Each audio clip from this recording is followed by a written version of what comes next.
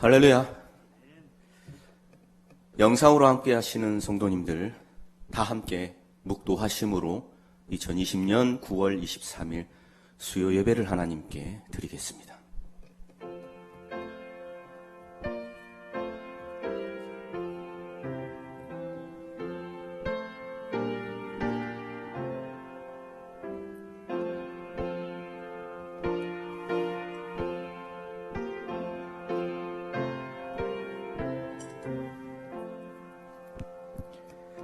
주 안에서 항상 기뻐하라. 내가 다시 말하노니 기뻐하라. 너희 관용을 모든 사람에게 알게 하라. 주께서 가까우시니라. 아무것도 염려하지 말고 오직 모든 일에 기도와 간구로 너희 구할 것을 감사함으로 하나님께 아뢰라. 그리하면 모든 지각에 뛰어난 하나님의 평강이 그리스도 예수 안에서 너희 마음과 생각을 지키시리라. 아멘.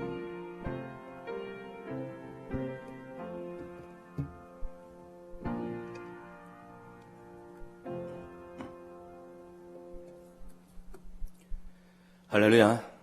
다 함께 찬송가 484장 하나님께 드리겠습니다. 찬송가 484장입니다.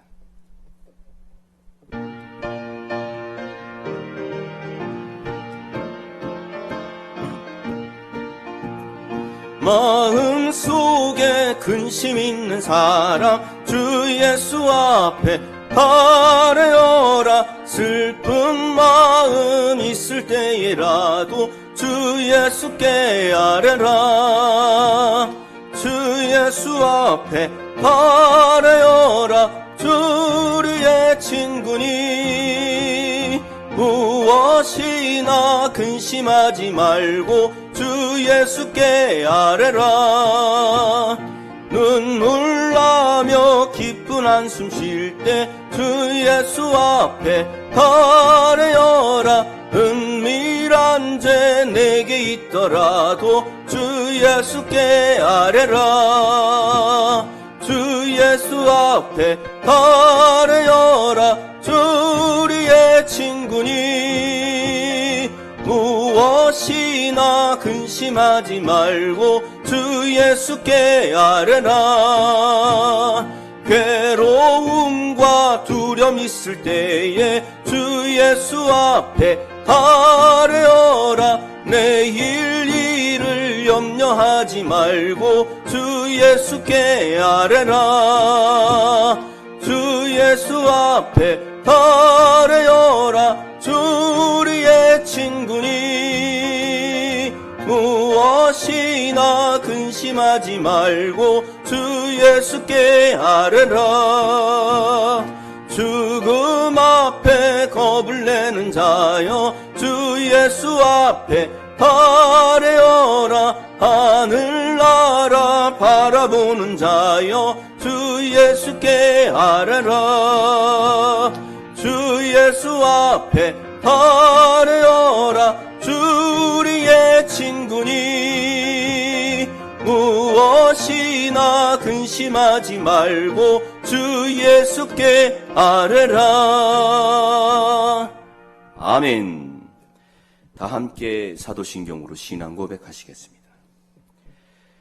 전능하사 천지를 만드신 하나님 아버지를 내가 믿사오며 그 독생자 우리 주 예수 그리스도를 믿사오니 이는 성령으로 잉태하사 동정녀 마리아에게 나시고 본디오 빌라도에게 고난을 받으사 십자가에 못 박혀 죽으시고 장사한 지 사흘 만에 죽은 자 가운데서 다시 살아나시며 하늘에 오르사 전능하신 하나님 우편에 앉아 계시다가 저리로서 산 자와 죽은 자를 심판하러 오시리라.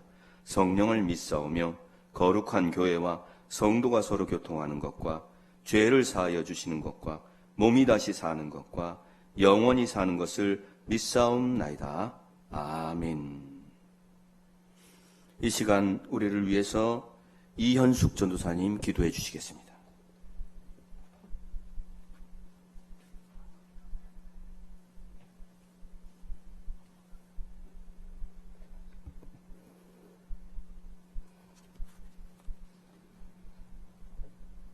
다 같이 경건한 마음으로 기도드리시겠습니다. 높고 높은 보좌에서 존귀와 영광과 찬송을 받으시기에 합당하신 거룩하시고 자비로우신 아버지, 하나님의 크신 사랑과 은혜를 진심으로 감사를 드립니다. 억천 만 가지가 부족하고 연약한 저희들을 택하시고 불러주셔서 실로전 높은 곳으로 인도하여 주시고 귀하고도 복된 말씀, 참 진리의 빛, 이 세대 어느 곳에서도 들을 수 없는 새 언약의 말씀으로 저희들을 인도하여 주시고 우리 주님께서 앞서 가신 멜기세덱의 반차를 쫓는 거룩한 길을 달려갈 수 있도록 인도하여 주시는 은혜를 감사를 드립니다.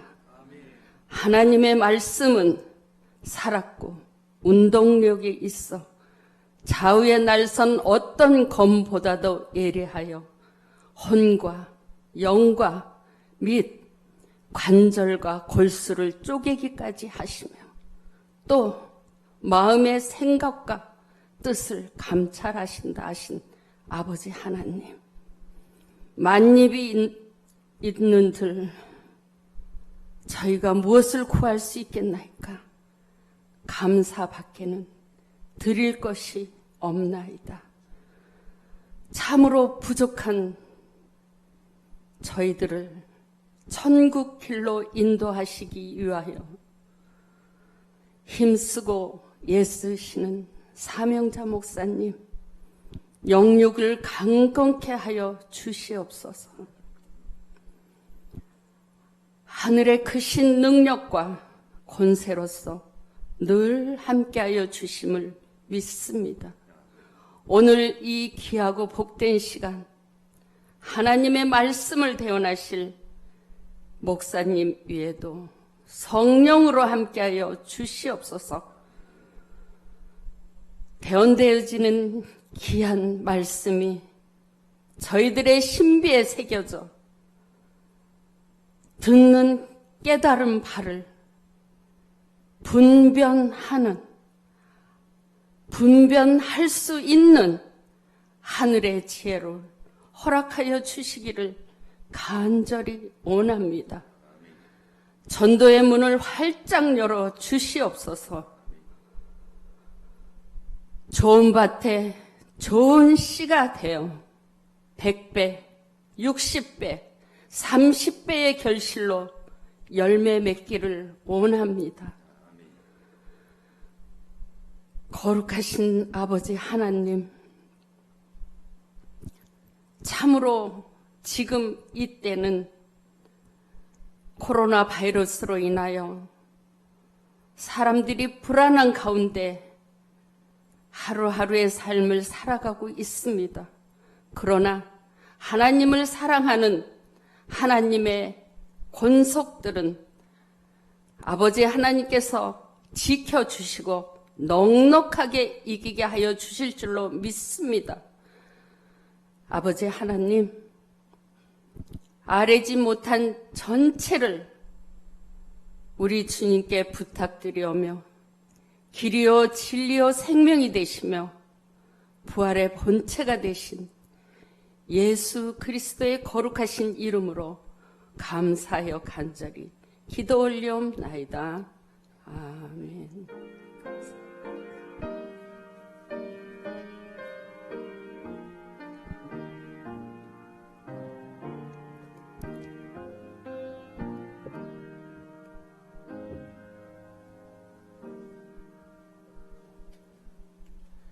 할렐루야. 이 시간 전웅 목사님 나오셔서 말씀 증거하실 때에 신령과 진정의 예배가 될 줄로 믿습니다. 할렐루야. 네, 여러분 반갑습니다.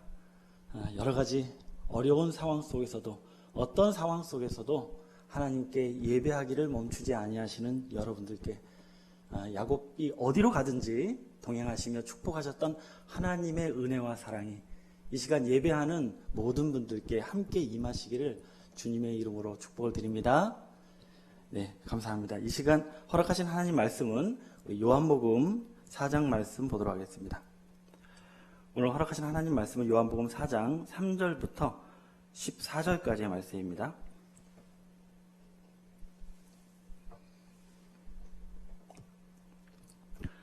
네, 요한복음 4장 3절 말씀 찾으신 줄로 믿고 제가 대표로 봉독하도록 하겠습니다. 유대를 떠나사 다시 갈릴리로 가실새 사마리아로 통행하여야 하겠는지라.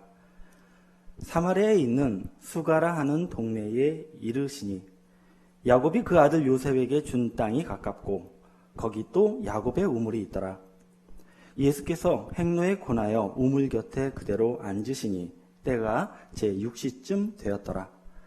사마리아 여자 하나가 물을 길러 왔음에 예수께서 물을 좀 달라 하시니 이는 제자들이 먹을 것을 사러 동네에 들어갔음이러라. 사마리아 여자가 가로되 당신은 유대인으로서 어찌하여 사마리아 여자 나에게 물을 달라 하나이까 하니 이는 유대인이 사마리아인과 상종치 아니함이러라. 예수께서 대답하여 가라사대 네가 만일 하나님의 선물과 또 네게 물을 좀 달라 하는 이가 누구인 줄 알았다면 네가 그에게 구하였을 것이요 그가 생수를 내게 주었으리라. 여자가 가로되 주여 물기를 그릇도 없고 이 우물은 깊은데 어디서 이 생수를 얻겠삼나이까.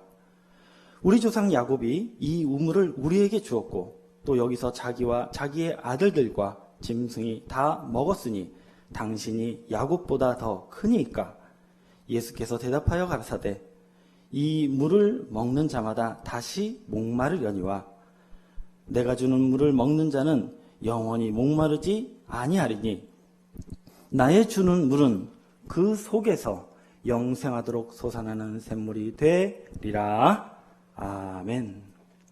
네, 오늘 허락하시는 하나님 말씀 요한복음 4장 3절에서 14절까지의 말씀을 통해서 구원의 우물과 표적의 말씀, 구원의 우물과 표적의 말씀이라는 제목으로 오늘 하나님의 말씀을 껴붙여보도록 하겠습니다. 오늘 본문 말씀을 기록한 사도 요한은 이 요한복음을 기록하실 때 예수님의 수많은 행적 가운데서도 특별히 중요한 표적의 역사를 선별해서 기록하셨다고 말씀하고 있습니다.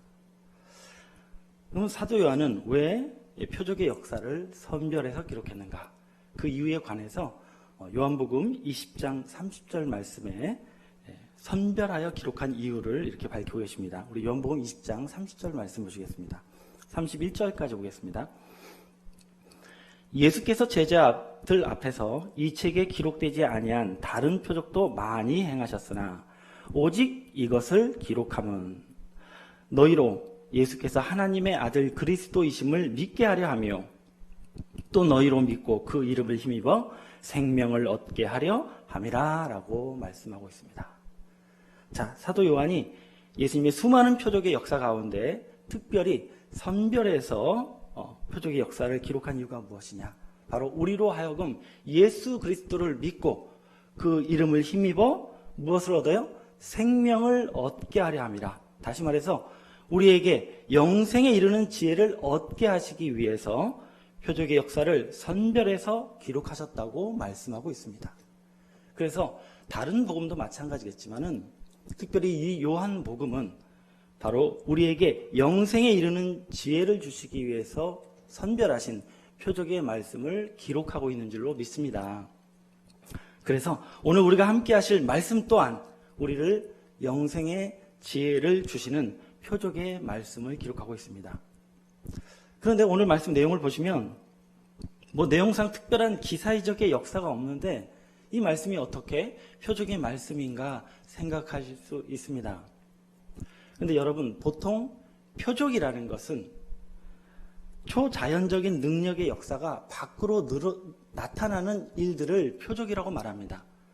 그러나 우리 하나님의 백성들이 더 알아야 될 일은 뭐냐면 이 성경에 기록되어 있는 표적은 단지 기사 이적만이 표적의 역사가 아니라는 사실입니다. 그래서 성경에 기록되어 있는 이 표적의 의미를 좀 더 우리는 깊게 생각할 수 있어야 됩니다. 여러분, 영어 성경에 보시면 이 표적에 관해서 사인이라고 기록하고 있습니다. 이것은 무엇을 의미하느냐? 성경에 기록되어 있는 이 표적의 역사가 무엇인가를 드러내기 위해서 나타내는 기호나 또 무언가를 보여주기 위해서 나타난 표지판의 역할을 하는 역사라고 설명하고 있는 것입니다. 우리가 세상에서도 표지판을 보고 이 길이 어디로 가는 길인가 알 수 있고, 또 간판을 보고 이곳이 세광중앙교회구나 이렇게 알 수가 있는 것처럼, 마치 성경에서도 이 표지판과 같이 우리에게 하나님의 뜻을 제시해 주시고 우리가 영생에 이르는 길을 알게 해주시는 이 모든 말씀이 다 표적의 말씀이라는 것을 깨닫기 원합니다. 자, 그래서 이런 입장에서 놓고 볼 때에 오늘 말씀 또한 표적의 말씀입니다. 그래서 우리가 이 시간 이 표적의 말씀을 통해서 예수님께서 우리에게 보여주시고자 하는 영생의 길이 무엇인지 밝히 깨달아 보고자 합니다. 또한 이 시간 증거되는 말씀을 통해서 주님께서 우리가 알기를 원하시는 성경적 진리가 무엇인지를 깨달음으로 말미암아 우리 주님께서 주시고자 하는 생명에 이르는 영광의 축복이 오늘 이 말씀을 깨닫는 모든 분들과 함께하기를 원합니다.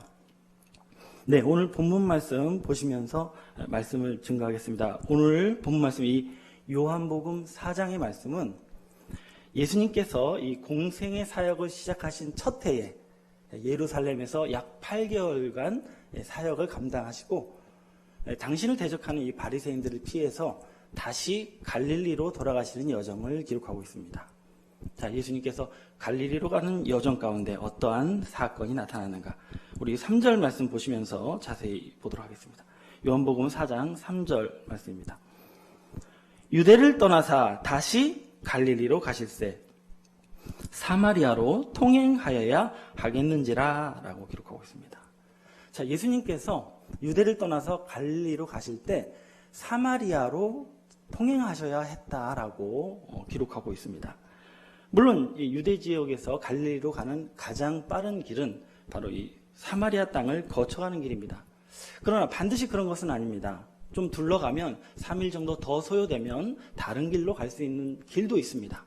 그런데 오늘 본문에 사도 요한은 사마리아로 뭐 해야 된대요? 통행하여야 하겠다라고 기록하고 있는 것은, 이것은 바로 예수님께서 당신의 사역을 위해서 반드시 이 사마리아로 가시는 이 운명의 여정을 가셔야만 했다고 말씀하고 있는 것입니다.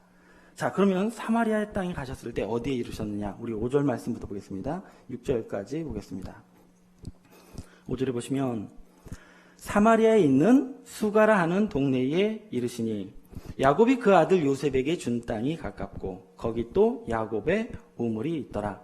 예수께서 행로에 권하여 우물 곁에 그대로 앉으시니 때가 제6시쯤 되었더라 라고 기록하고 있습니다. 자, 예수님께서 이 사마리아 땅 수가라는 마을에 이르셨는데 그곳이 야곱이 요셉에게 준 땅에 가깝다라고 기록하고 있는데, 이것은 바로 그 땅이, 이 수가라는 지역이 바로 이 구약에 기록되어 있는 세겜 땅에 가까운 곳인 것을 알려주고 있습니다. 또한 그곳에 야곱의 우물이 있었다라고 기록하고 있는데요. 바로 그 지역이 요셉 지파의 후손들이 살고 있는 그러한 지역이 바로 수가 마을이었다는 것을 우리에게 알려주고 계십니다. 그래서 이 수가라는 지역은 과거 이스라엘 조상들이 하나님을 섬기며 살았던 그러한 족적이 남아있는 역사적으로 큰 의미가 있는 곳에 우리 주님께서 이르신 것을 우리에게 알려주고 있습니다. 그래서 예수님께서 이 수가 마을 외곽에 있는 야곱의 우물에 도착하셨고 그곳에서 피곤하셔서 그 우물에 앉아 계셨다고 말씀하고 있습니다. 근데 그 시각이 언제였냐면 우리 6절 말씀 하반절에 보시면 때가 제6시쯤 되었더라 라고 기록하므로 이 제6시는 지금으로 말하면 정오 12시입니다. 그래서 가장 햇볕이 뜨거운 시각이므로 여인들이 왕래하지 않는 시각입니다. 그래서 지금 야곱의 우물 곁에 우리 주님만이 홀로 앉아 계셨던 것을 알 수가 있습니다. 자, 이처럼 사람들이 오지 않는 그 시각에 한 여인이 물을 길러 우물에 오게 됩니다. 우리 요한복음 4장 7절 말씀 이어서 보겠습니다. 7절 말씀에 보시면 사마리아 여자 하나가 물을 길러 왔음에 예수께서 물을 좀 달라 하시니 이는 제자들이 먹을 것을 사러 동네에 들어갔음이러라 라고 말씀하고 있습니다.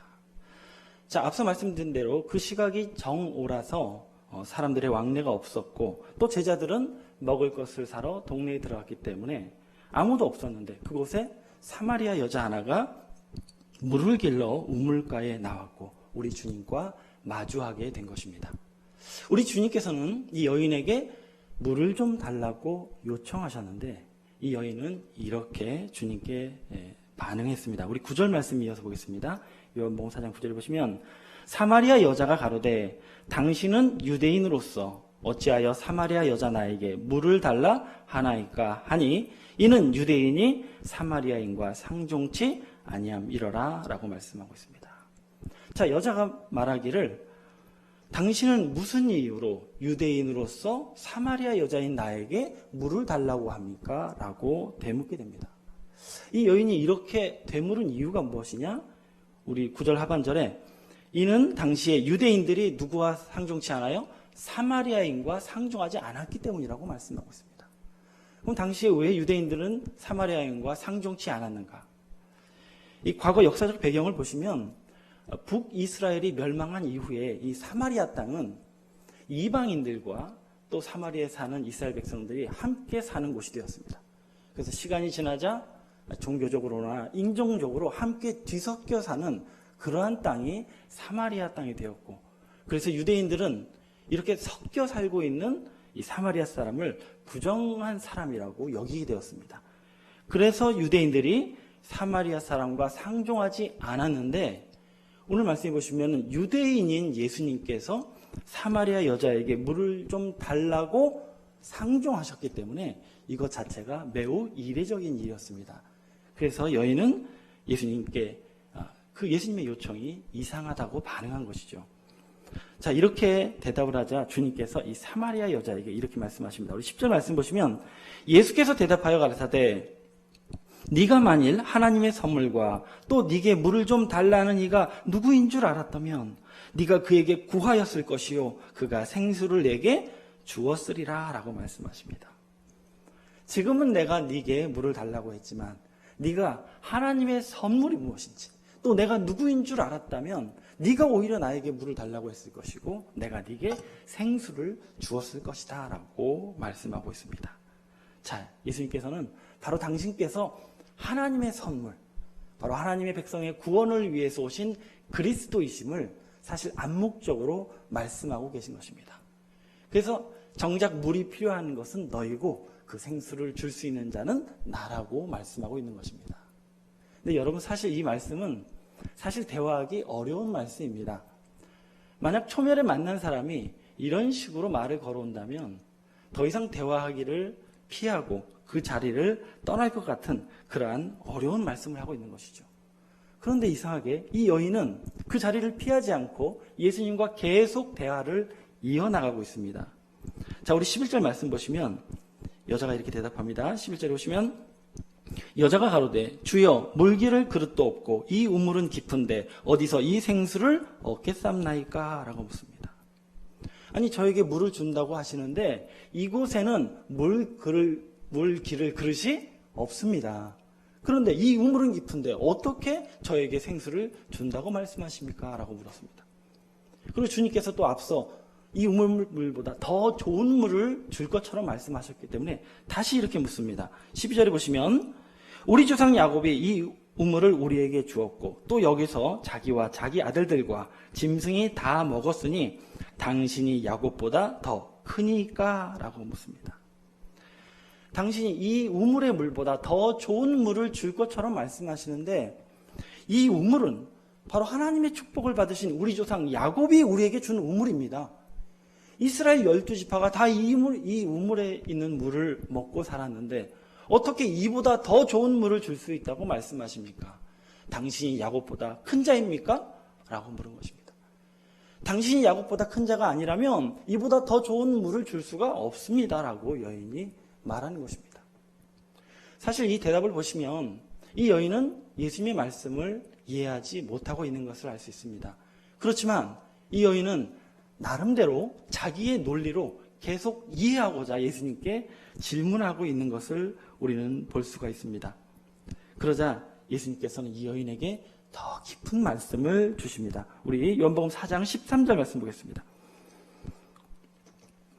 13절입니다. 예수께서 대답하여 가라사대 이 물을 먹는 자마다 다시 목마르려니와 내가 주는 물을 먹는 자는 영원히 목마르지 아니하리니 나의 주는 물은 그 속에서 영생하도록 솟아나는 샘물이 되리라 라고 말씀하십니다. 이 야곱의 우물의 물이 아무리 좋아도 이 물을 마신 자는 반드시 목이 마르겠지만 내가 주는 물을 먹는 자는 영원히 목마르지도 않고 도리어 그 물을 마신 자에게 어때요? 영생하도록 솟아나는 샘물이 될 것이라고 말씀하고 있는 것입니다. 한마디로 내가 주는 물을 먹는 자는 영원히 목마르지 않는, 영원히 살 수 있는 영생의 생수를 내가 줄 수 있다라고 주님이 선언한 것이었습니다. 만약 보통 사람이 이런 말을 들었으면 더 이상 말을 섞을 필요가 없는 상황입니다. 왜요? 지금 뭘 준대요? 영원한 생명을 주겠다고 말씀하고 있잖아요. 만약 처음 이런 얘기를 들었다면, 초면에 어떤 자가 이런 말을 한다면 더 이상 그 얘기를 듣지 않고 아마 자리를 회피했을 것입니다. 그러나 여인은 그렇지 않았습니다. 주님의 말씀을 이해하려는 듯 더욱 대화를 이어나가고 있습니다. 우리 15절 말씀 보겠습니다. 요한복음 4장 15절입니다. 여자가 가로되 주여 이런 물을 내게 주사 목마르지도 않고 또 여기에 물길로 오지도 않게 하옵소서라고 말합니다. 당신이 정말 영생의 생수를 줄 수 있다면 그 물을 저에게 주셔서 제가 영원히 목마르지 않게 해주십시오라고 요청하고 있습니다. 여러분, 세상에 처음 본 사람이 너에게 영생의 생수를 줄 수 있다라고 여러분께 말을 걸어온다면 그 말을 들어주고 또 그 사람에게 또 그 물을 달라고 말할 사람이 누가 있겠습니까? 보통 사람이라면 보일 수 없는 적극적인 태도로 주님께 대화를 요청하는 여인의 모습을 보게 됩니다. 여러분, 이 사마리아 여인은요, 지금 작정하고 예수님의 말씀을 듣고자, 이해하고자 노력하고 있는 것을 우리는 볼 수가 있습니다. 여러분, 우리가 여기서 무엇을 알 수가 있습니까? 이 여인은 지금 우연히 우물에 나와서 물을 길러 온 여인이 아니었습니다. 물론 이 여인이 앞서 물을 길러 왔다고 기록했지만 사실은 우물에 물을 길러 온 여인이 아니었습니다. 이 여인이 우물에 물을 길러 온 여인이 아니었던 증거를 보여드리겠습니다. 우리 요한복음 4장 11절 말씀을 다시 보겠습니다. 요한복음 4장 11절 말씀해 보시면 여자가 가로되 주여 물 그릇이 어때요? 없고 이 우물은 깊은데 어디서 생수를 얻겠삼나이까? 라고 말하고 있습니다. 이 여인에게는 물 기를 그릇이 없습니다. 또한 그곳에는 두레박도 없는 상태였습니다. 결국 이 여인은 물을 길러 온 것이 아니었다는 것을 우리는 알 수가 있습니다. 그러면 이 여인이 왜 왔겠습니까? 이 여인이 이 우물가에 나온 이유는 오직 한 가지입니다. 이 여인은 이미 세간의 소문을 통해서 예수님에 대해서 알고 있었고 주님을 통해서 듣고 싶은 말이 있었고 알고 싶은 말씀이 있어서 우리 주님께 바로 말씀을 구하기 위해서 온 여인이라는 것을 알기를 원합니다. 그래서 실상의 물을 길러 온 것이 아니요 바로 주님이 주시는 말씀의 물을 얻고자 나온 여인이라는 것을 깨닫기 원합니다. 실제로 물동이를 가지고 왔지만 이것은 주님께 다가가기 위한 위장에 불과했고요. 주님과 대화할 기회를 엿보다가 제자들이 동네로 간 사이에 주님께 나와서 주님의 말씀을 듣고자 한 것입니다. 비유로 말하자면 말씀의 우물을 찾아온 여인이라는 것을 알기를 원합니다. 그래서 우리 주님께서도 이러한 여인의 영적인 의도를 이미 아시고 계속해서 깊은 영적인 말씀을 던져주신 것이었습니다. 그래서 우리 14절 말씀에 우리 주님께서 뭐라고 하셨습니까? 14절에 보시면 나의 주는 물은 그 속에서 영생하도록 솟아나는 샘물이 되리라 라고 말씀하셨습니다. 이 말씀은 우리 주님께서 영적으로 바로 당신의 말씀이 영생에 이르게 하는 샘물이라고 비유로 말씀해 주신 것인데, 이 여인이 이 비유의 말씀을 깨닫고 주님께 이렇게 대답했습니다. 우리 15절 말씀에 주여 이런 물을 내게 주사 목마르지도 않고 또 여기 물길로 오지도 않게 하옵소서라고 말하고 있습니다.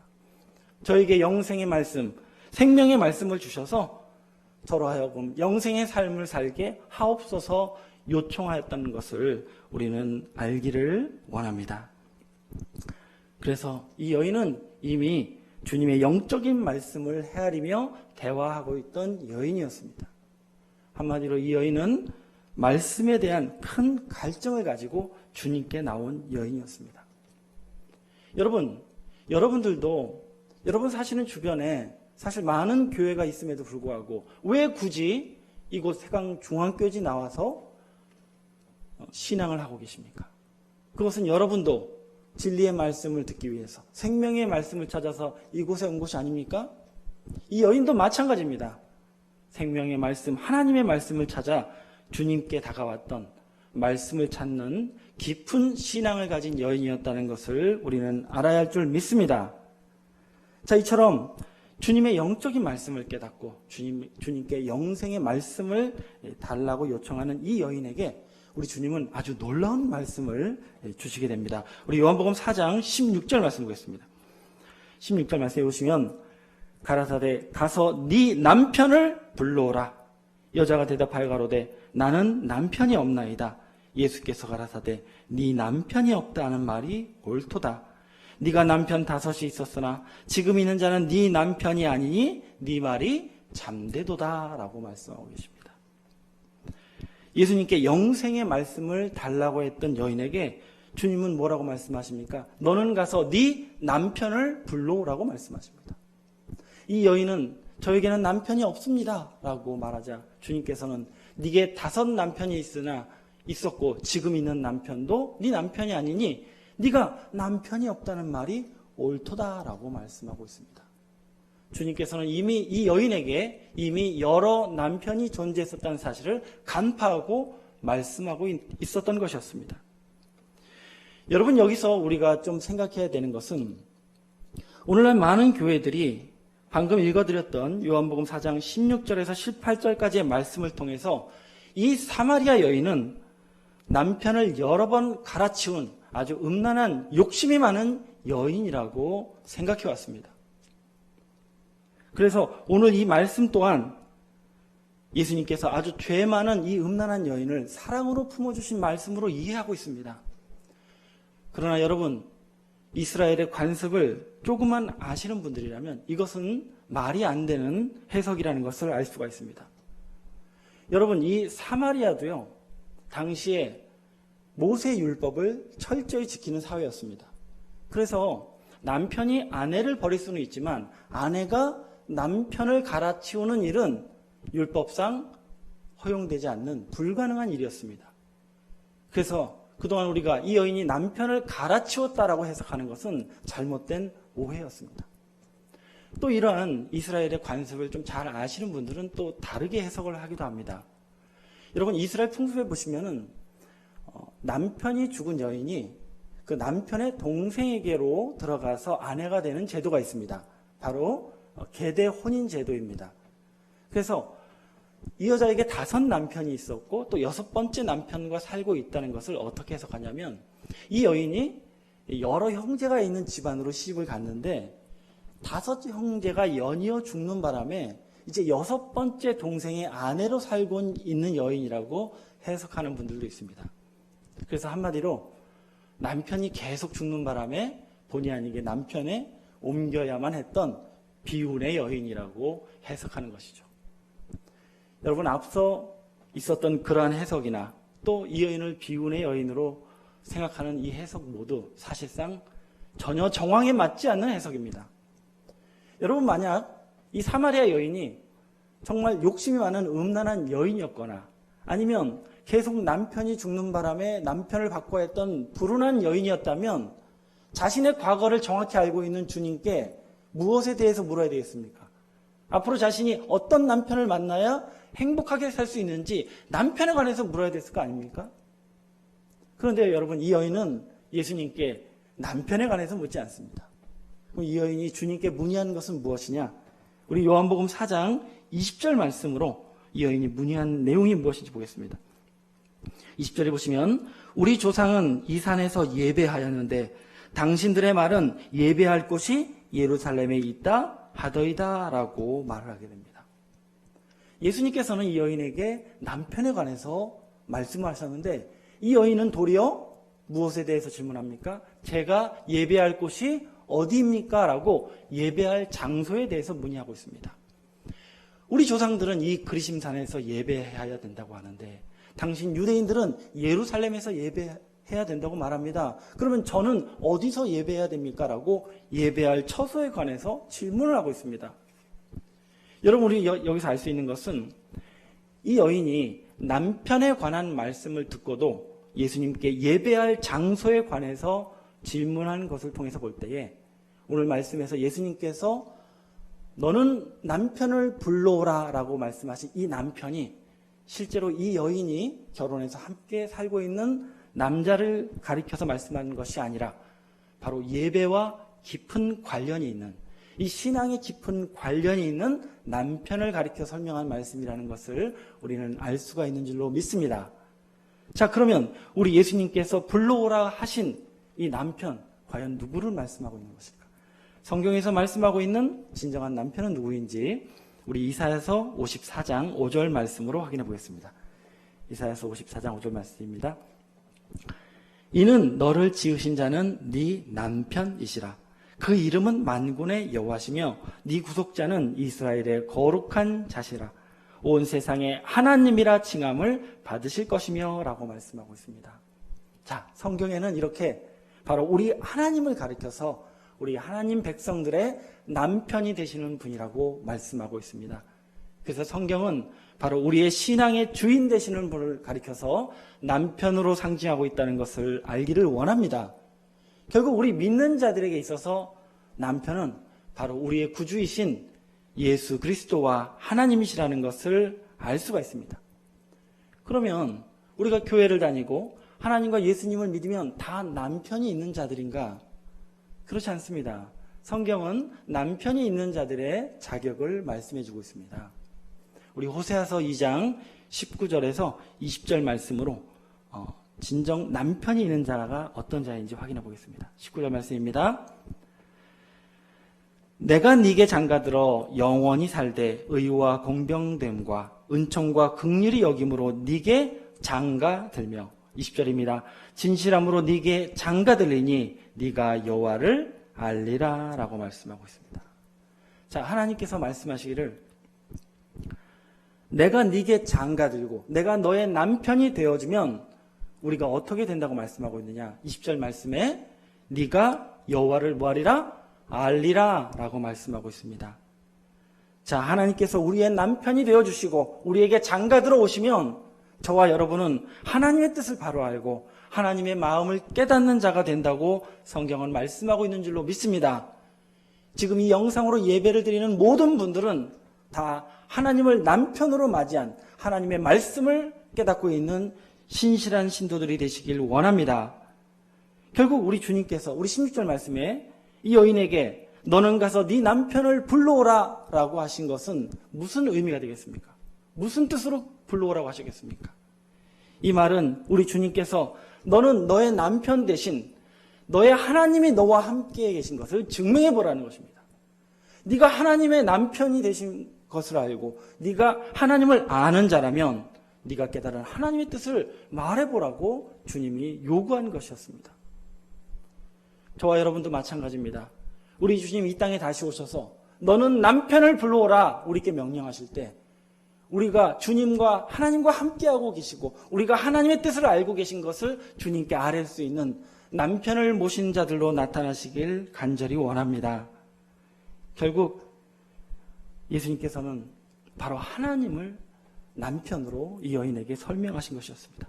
물론 처음에도 이 여인은 실제로 남편을 불러오라고 한 줄 알고 남편이 없다고 했습니다. 그러나 예수님께서 말씀하시길 우리 18절 말씀에 네가 남편이 5이 있었으나 지금 있는 자는 네 남편이 아니니 네 말이 참되도다 라고 하신 말씀을 듣고서 바로 자신이 과거에 참 남편인 하나님의 말씀을 찾기 위해서 여러 선지자를 섬겼었고 또 여러 교회를 옮겨 다니는 그러한 과거의 행적을 가리켜서 네가 여러 남편이 있었다라고 말씀하신 것을 깨닫고 주님이 불러오라 하신 남편이 육신의 남편이 아니라 바로 우리의 신앙의 남편이신 하나님을 가리킨 것임을 깨달은 줄로 믿습니다.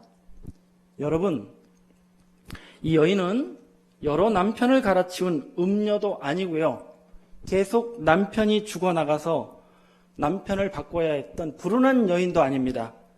이 여인은 바로 참된 신앙의 남편이신 하나님의 말씀을 찾아다녔던 깊은 신앙의 성도였다는 사실을 깨닫기를 원합니다. 이처럼 이 여인은 자신의 신앙의 발자취를 말씀하시는 예수님을 통해서 예수님이 어떤 분이신지를 깨닫게 됩니다. 그래서 이렇게 고백합니다. 우리 요한복음 4장 19절 말씀 보겠습니다. 19절 말씀해 보시면 여자가 가로되 주여 내가 보니 선지자로 소이다 라고 고백합니다. 당신이야말로 나를 참 남편이신 하나님께로 인도할 수 있는 참 하나님의 선지자이십니다 라고 고백을 합니다. 여러분, 이 여인은 지금 야곱의 우물가에 나와서 자신을 하나님께로 인도할 수 있는 신앙의 참된 남편, 구원의 우물을 만난 축복을 누리고 있다는 것을 알기를 원합니다. 이처럼 자신의 참 남편, 또 신앙의 구원의 우물이 되신 예수님을 통해서 이제 이 여인은 주님께 영생의 지혜의 말씀을 구하게 됩니다. 이 여인이 구했던 영생의 생수의 말씀이 무엇인지 우리 다음 말씀 보겠습니다. 우리 요한복음 4장 20절 말씀입니다. 자, 영생의 생수를 얻고자 던진 질문이 이것입니다. 여러분도 이런 질문을 주님께 드릴 수 있어야 합니다. 우리 20절 말씀 보겠습니다. 우리 조상들은 이 산에서 예배하였는데 당신들의 말은 예배할 곳이 예루살렘에 있다 하더이다 라고 말하게 됩니다. 참 남편을 만난 이 여인은 영생을 얻기 위해서 무엇을 물었느냐?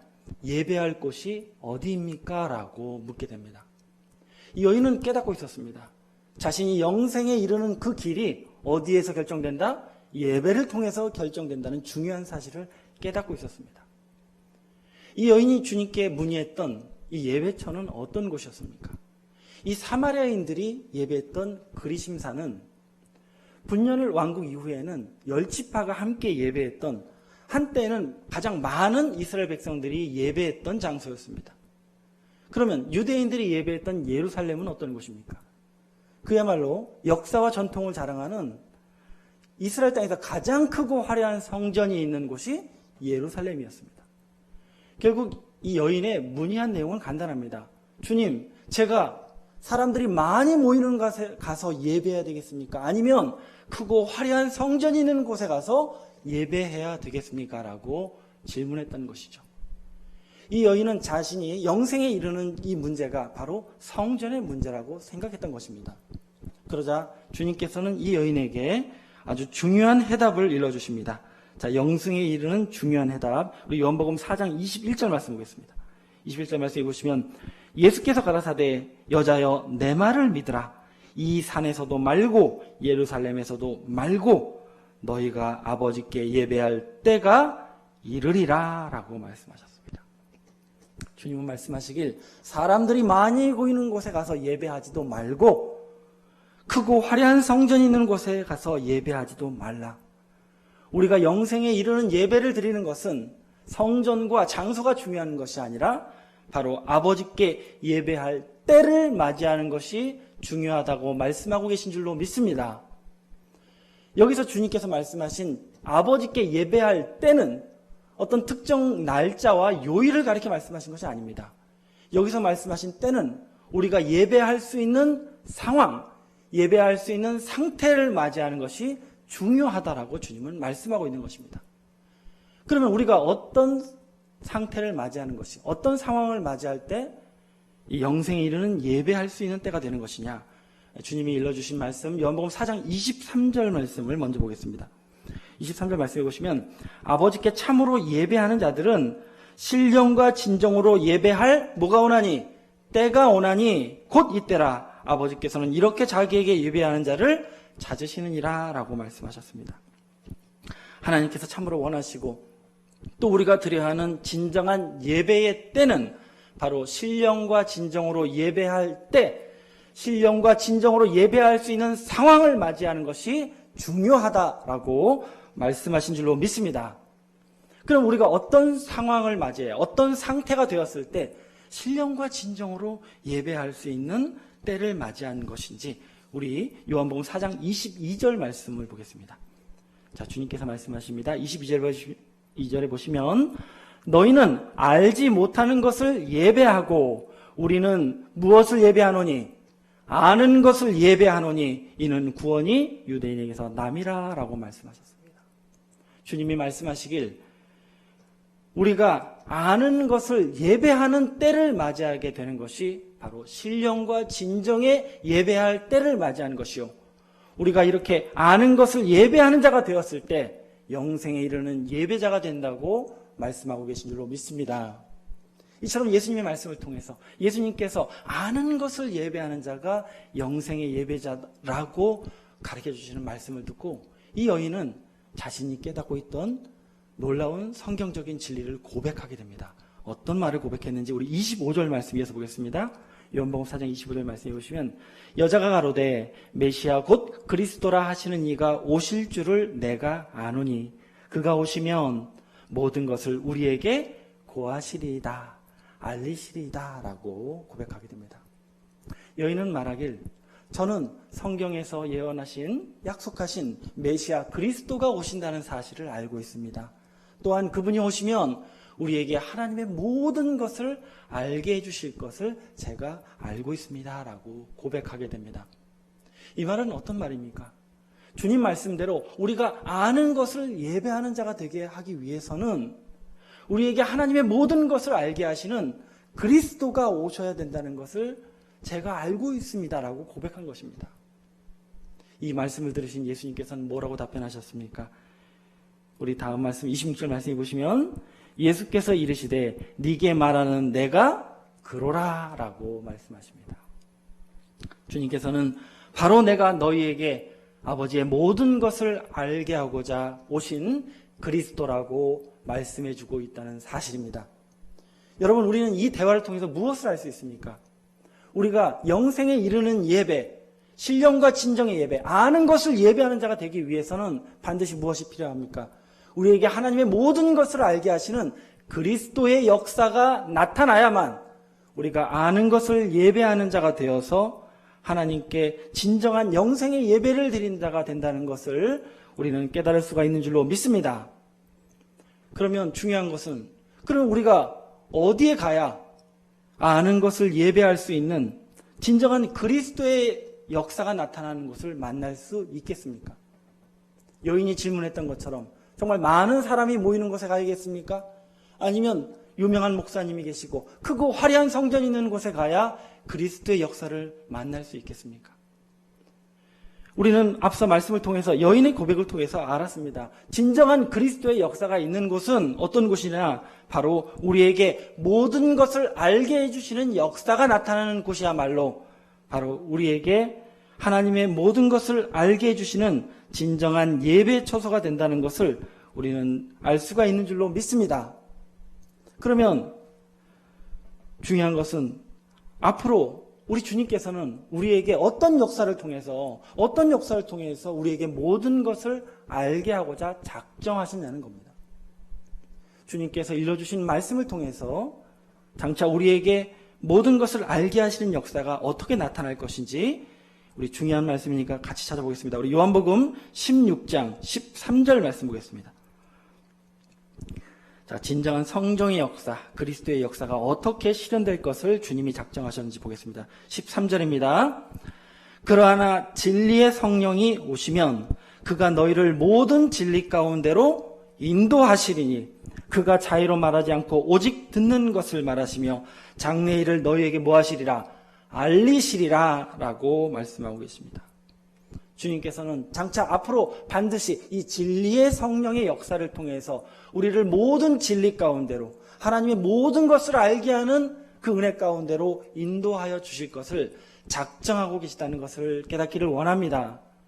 또 말씀 이어서 보시면 우리 14절에 보시면 그가 내 영광을 나타내리니 내 것을 가지고 너희에게 무엇하시리라? 알리겠음이라 라고 말씀하고 있습니다.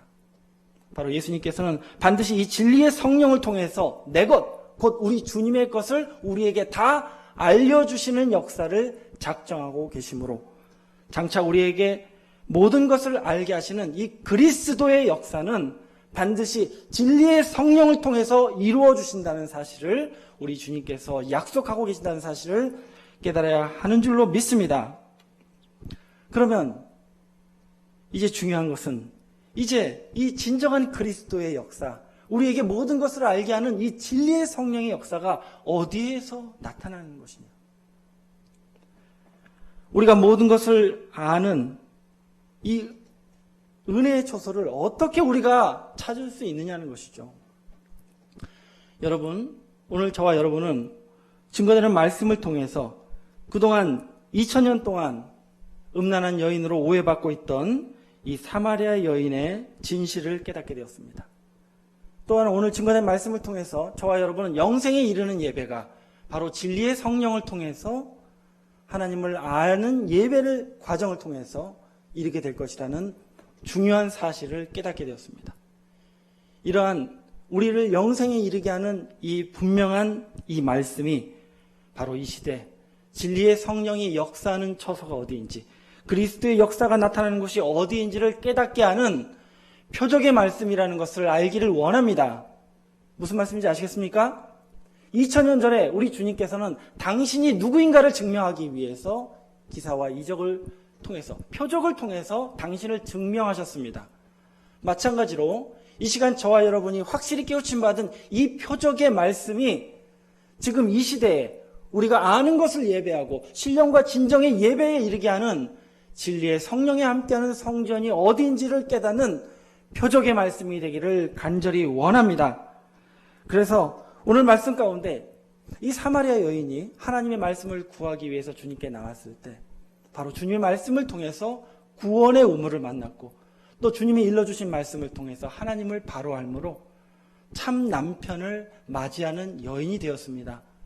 마찬가지로 이 시간 증거된 이 표적의 말씀을 깨우침 받은 저와 여러분도 이제는 이 시대의 구원의 우물이 어디인지를 발견할 수 있는 영안이 열림으로 말미암아 이제는 아는 것을 예배하는 자가 되셔서 이 시대에 참 남편이신 하나님을 모시는 자들로 발견되는 축복이 이 말씀을 깨닫는 여러분들에게 임하길 원합니다. 그래서 이제 장차 우리 주님 다시 오실 때에 이 자리에 계신 모든 분들, 이 말씀을 깨달은 모든 분들이 온전히 남편을 보신 신실한 신부의 축복을 다 갖춘 자들이 되셔서 영광 가운데 우리 주님을 기쁘게 만나실 수 있는 그런 놀라운 축복의 영광이 오늘 이 표적의 말씀을 깨우침 받은 모든 분들에게 함께 임하시기를 예수님의 이름으로 간절히 축원을 드립니다. 감사합니다. 말씀 마치겠습니다.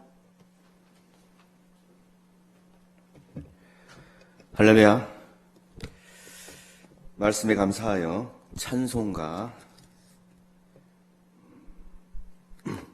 316장 하나님께 드리실 때에 영상으로 함께 하시는 성도님께서는 각 교회에 지정된 계좌로 성함과 기도 제목을 쓰셔서 온라인 헌금을 하나님께 드리시면 되겠습니다. 찬송가 316장 하나님께 드리겠습니다.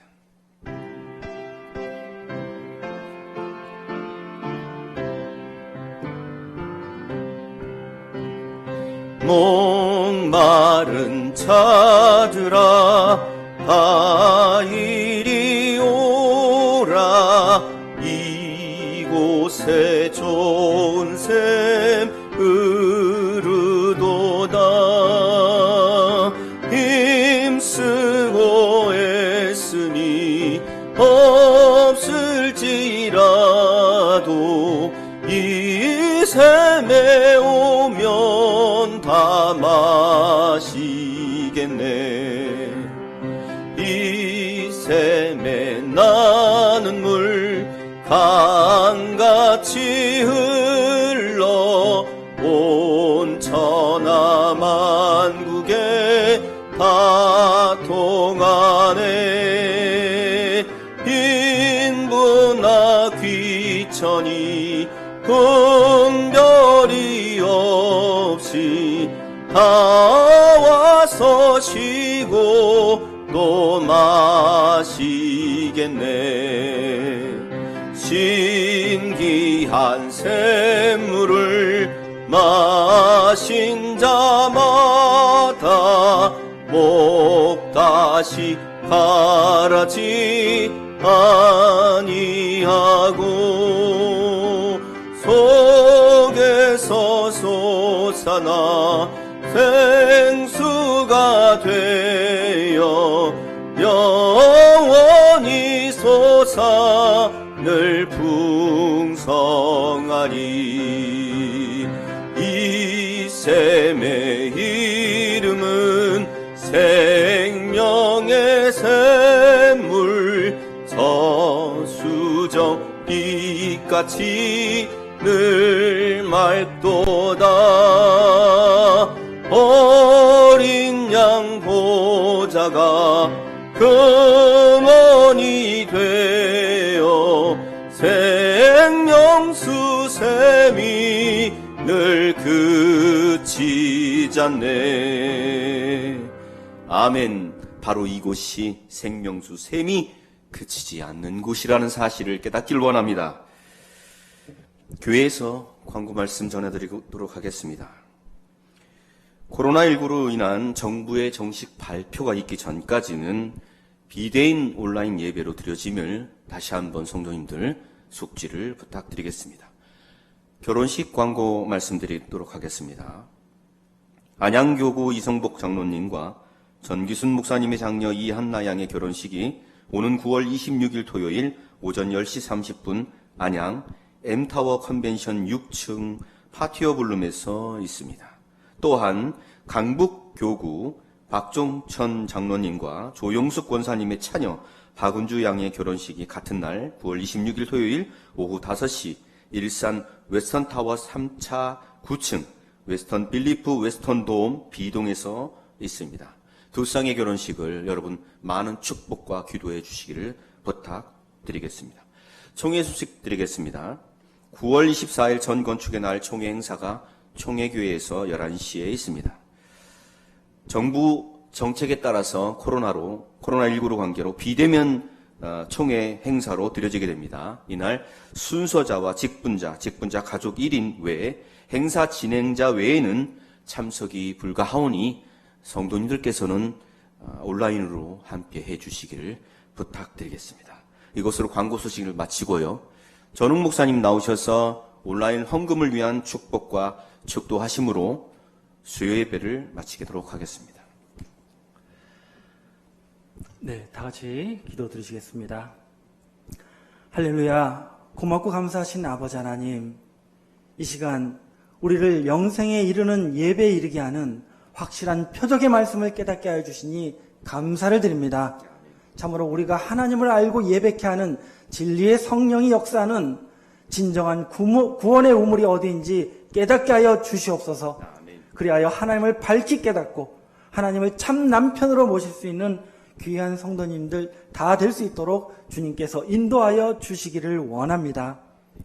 이 시간 이 표적의 말씀을 깨우쳐 주심에 감사하여 온라인으로 헌금을 드린 모든 손길들을 우리 주님 기억하여 주시옵소서.